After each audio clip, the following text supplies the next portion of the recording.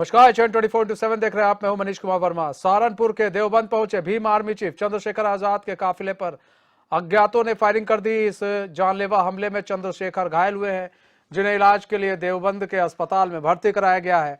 चंद्रशेखर अपनी Fortuner car से देवबंद दौरे पर पहुंचे थे, तभी अचानक उनकी गाड़ी पर अज्ञात हमलावरों ने फायरिंग कर दी। गोली उन्हें छूकर निकल गई, जिससे वो घायल हो गए हैं। वहीं उनकी कार पर भी गोलियों के निशान साफ देखे जा सकते हैं। सूचना मिलते ही पुलिस फोर्स मौके पर पहुंची और जांच में जुट गई।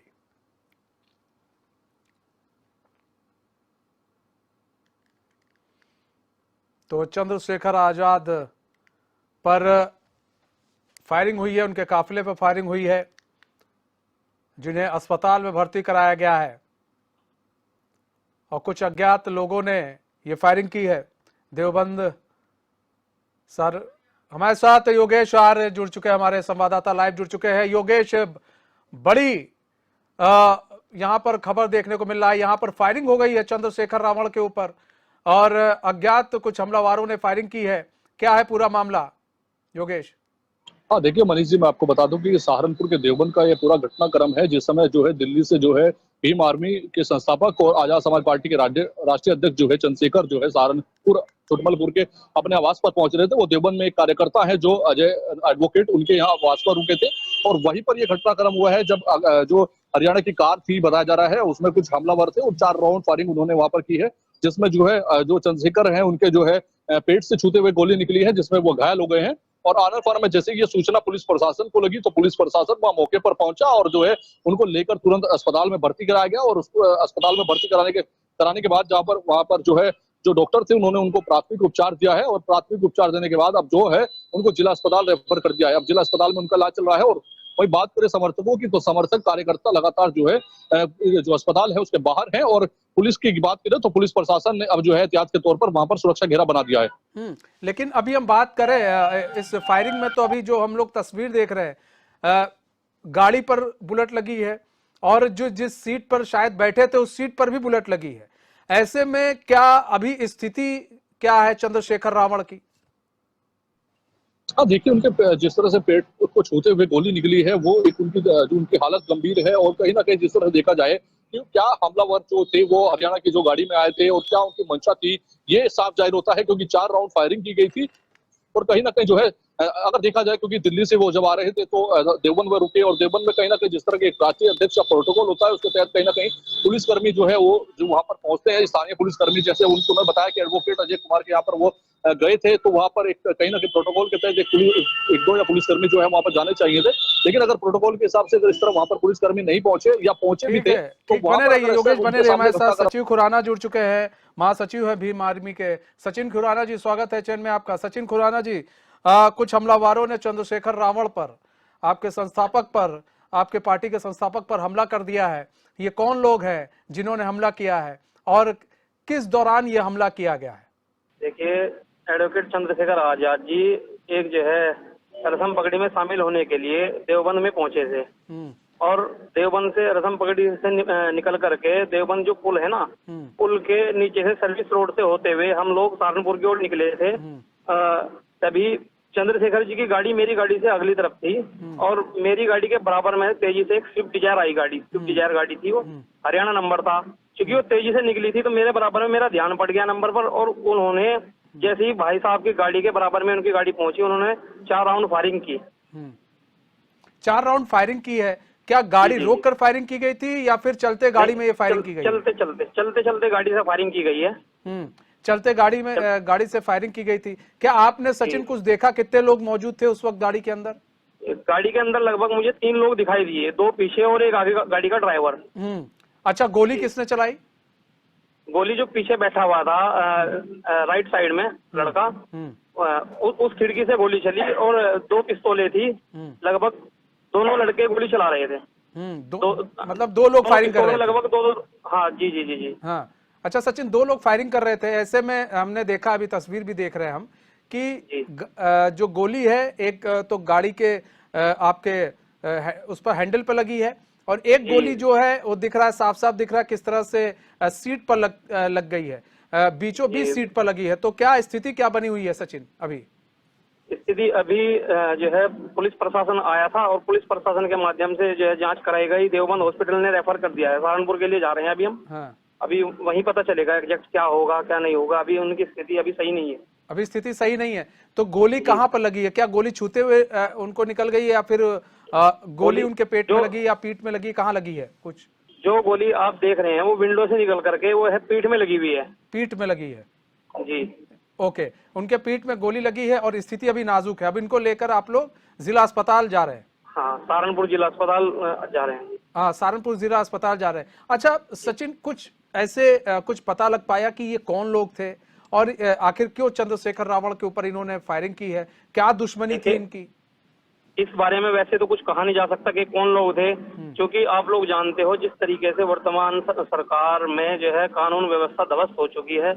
आप जानते हो जिन लोगों को अपनी कुर्सी जाने का डर है या जिन लोगों को खतरा है कि भविष्य में ये लोग जो है आजाद समाज पार्टी के नेतृत्व में, एडवोकेट चंद्रशेखर आजाद जी के नेतृत्व में जो है कानून व्यवस्था दुरुस्त होगी और जनता का विश्वास उनमें जगेगा। आने वाला 2024 का लोकसभा का चुनाव है। कहीं ना कहीं वर्तमान सरकार जो है सरकारी जो तामझाम है वो बहुत डरा हुआ है अपनी हार के डर से। इसी वजह से इस प्रकार के हमले भी कई लोगों के ऊपर, कई नेताओं के ऊपर आपने पीछे भी देखे होंगे। कई नेताओं के ऊपर अभी ओबीसी आए थे पीछे सहारनपुर में, टोल प्लाजा के पास में जो है उनके पास भी हमला हुआ था, उनके ऊपर भी हमला हुआ था। आज चंद्रशेखर आजाद जी के ऊपर हमला हुआ है। तो इसमें ये तो क्या मतलब सचिन क्या समझा जाए? आपका कहना है कि ये जो हमला हुआ है क्या सत्ता पक्ष के लोगों ने कराया, ये कह रहे हैं आप? ये सत्ता पक्ष की बिल्कुल नाकामी है जिसकी वजह से कानून व्यवस्था ठप है। और कानून व्यवस्था जब ठप होगी तो गुंडे और बदमाशों का कहीं ना कहीं कहर समाज के ऊपर होगा ही होगा। अच्छा सचिन, जब चंद्रशेखर रावण का काफिला निकलता है तो कई गाड़ियां होती हैं साथ में उनके, तो ऐसे में क्या आप लोगों ने उस गाड़ी का पीछा नहीं किया जिस गाड़ी ने हमला किया था? आपको एक चीज बता दूं, जब चंद्रशेखर आजाद, चूंकि चंद्रशेखर आजाद जी का ये होम डिस्ट्रिक्ट है, सहारनपुर डिस्ट्रिक्ट ये होम डिस्ट्रिक्ट है चंद्रशेखर आजाद जी का। तो यहाँ पर जिस टाइम पे देवबंद से निकले, और देवबंद भी घर ही है अपना, ज्यादा दूर यहाँ से छुटमलपुर भी नहीं पड़ता है, मैं आपको बताऊं। तो यहाँ से हम लोग 3 गाड़ियों में, चंद्रशेखर जी की गाड़ी थी और फिर हमारी गाड़ी थी और एक हमारे मंडल अध्यक्ष जी हैं राकेश मौर्य जी, एक उनकी गाड़ी थी। चंद्रशेखर आजाद जी की गाड़ी मेरी गाड़ी से आगे थी, मेरी गाड़ी पीछे थी और फिर मेरे पीछे राकेश मौर्य जी गाड़ी थी। केवल 3 गाड़ियां थी। गाड़ियां थी हमारे पास बहुत थी, लेकिन क्या है कुछ लोग जो आए थे वो वापस दिल्ली की तरफ चले गए, मुजफ्फरनगर की तरफ चले गए काम के सिलसिले को लेकर के, पार्टी के काम के सिलसिले को लेकर के वो लोग निकल चुके थे। नहीं तो सचिन जी, जिसने फायरिंग की है आप लोगों ने उसका पीछा करना मुनासिब नहीं समझा? उसका पीछा नहीं किया आप लोगों ने? देखिए, जिस टाइम पर उन लोगों ने फायरिंग की थी उस टाइम पे अगर हम उन लोगों का पीछा करते, हो सकता था पीछे भी कोई हमारे हमलावर हो और चंद्रशेखर आजाद जी की गाड़ी को घेर करके जो है फायरिंग करना शुरू कर देते। हमने ये उचित समझा कि सबसे पहले अपने माननीय अध्यक्ष जी की जान बचाई जाए और कहीं ना कहीं कानून के माध्यम से जो है उन लोगों को भी जल्दी पकड़ा जाएगा। नहीं, अगर पीछा किया जाता तो शायद वो पकड़ में भी आ सकते थे। जैसे एक गाड़ी चंद्रशेखर के साथ रहती, एक गाड़ी पीछा कर लेती तो सचिन जी। एक्चुअली क्या था ना, भीड़ भाड़ का भी माहौल था और जिस टाइम पे हम लोग खुद ही इस प्रकार से होश खो बैठे, जब गोली हमारे सामने से चल रही है, सारे हमारी मौत का नजारा हमारे सामने था, तो कहीं ना कहीं हमने उचित समझा कि आदरणीय चंद्रशेखर आजाद जी की जान बचाई जाए। क्योंकि उस गाड़ी, जो गाड़ी से फायरिंग हो रही थी, उस गाड़ी का नंबर मैंने अपनी आंखों से नोट कर लिया था बिल्कुल। मतलब गाड़ी का नंबर आपको याद है? जी, गाड़ी का नंबर था HR 70D और 0278। अच्छा, तो जो नंबर आप बता रहे हैं, इस गाड़ी में लोग सवार होकर आए थे और उन्होंने हमला किया। जी, स्विफ्ट डिजायर गाड़ी थी, व्हाइट कलर की। हाँ, व्हाइट कलर की स्विफ्ट डिजायर गाड़ी थी। लेकिन जो हमलावर थे, हमला करने के बाद किधर भागे, कुछ आप लोग को पता चला? वो सीधे ही सहारनपुर की ओर आ गए और हमने जो है वहां से पुल के नीचे से टर्न ले लिया ताकि हमारे पीछे अगर कोई और भी व्यक्ति होता या कोई और भी हमलावर होते, क्योंकि हमलावरों की गिनती तो नहीं की जा सकती, कौन हमलावर है कौन नहीं। ऐसे तो हमारे साथ में ही पड़ोस बराबर से गाड़ी निकल करके गई, हमें थोड़ी ना मालूम था कि वो लोग ये हमला करेंगे या नहीं करेंगे। नहीं, सचिन जी, एक आखिरी सवाल है सचिन भाई, कि जो हमलावर थे, आपने बकायदा आपने बताया कि 2 लोगों ने फायरिंग की है, तो ऐसे में क्या आप लोगों ने कभी भी उनको अपने जैसे पार्टी के कार्यालय में या कभी ऐसे जब मीटिंग करते हो उसमें या रैली में कभी आप लोगों ने उन लोगों को देखा? नहीं, कभी नहीं देखा। कभी नहीं देखा। हाँ, मतलब कभी पहले नहीं देखा है और ये क्या नाम है, पहली बार आप लोग देख रहे हैं? जी बिल्कुल। तो मतलब कहीं ना कहीं मतलब कहीं ना कहीं एक रैकी भी की गई थी और इनको पता था कि इसी रास्ते से चंद्रशेखर निकलेंगे और तभी हमला किया गया। जी ठीक है सचिन खुराना जी, बहुत बहुत धन्यवाद हमारे साथ जुड़ने के लिए और अपना बहुमूल्य समय देने के लिए।